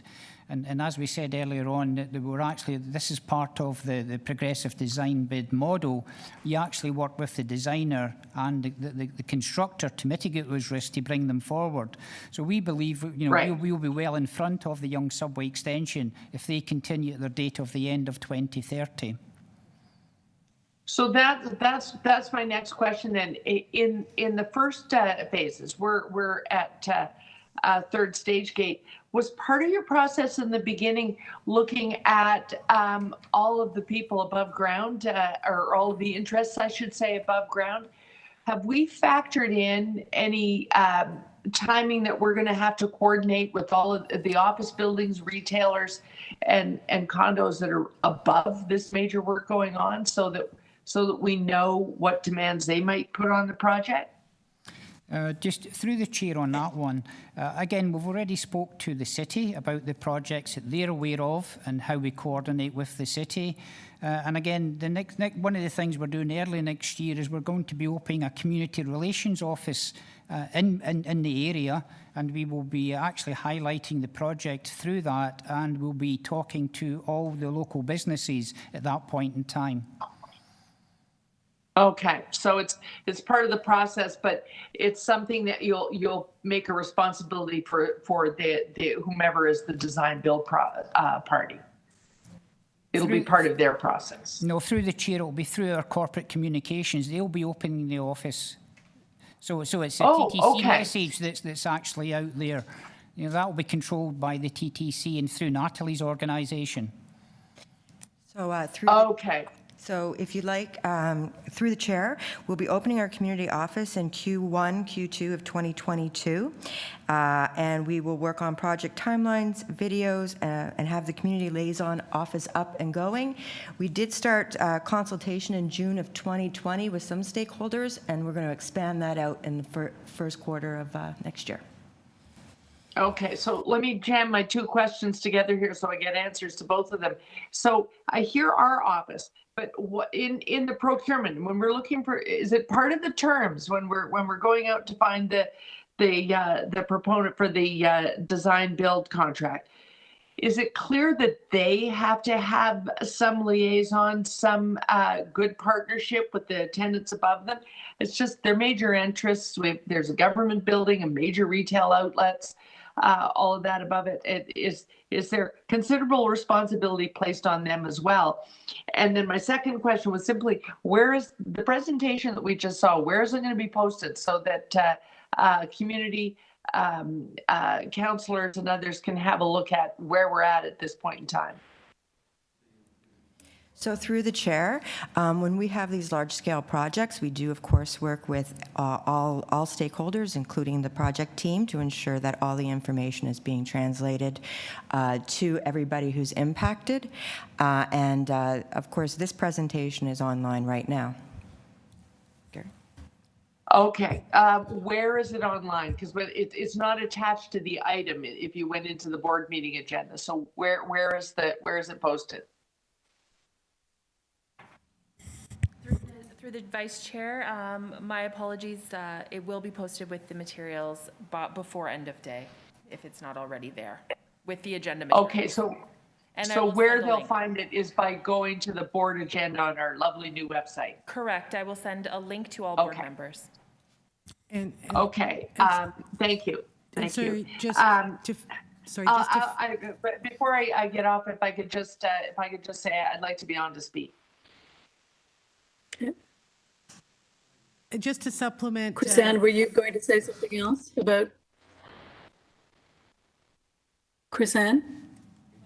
Or sorry, it's staff Josie who were speaking? Yes, sorry, Vice Chair. So through the chair, I just wanted to confirm for the commissioner that as we go through the procurement process for this major project, that we would be building that into the requirements of our contractor designer consortium that we would be dealing with. So we would make sure. Okay, then I don't need to speak. I was going to rant because I really didn't hear that. Thank you, Ms. Levita. Okay, thank you for that. I don't have any other questions, but I had a quick one. When I look at the ability to the point that says ability to integrate changes up to the 80% design stage, to what extent will that be transparent to the board? Will you be bringing those issues or any changes to us to review or to be informed about?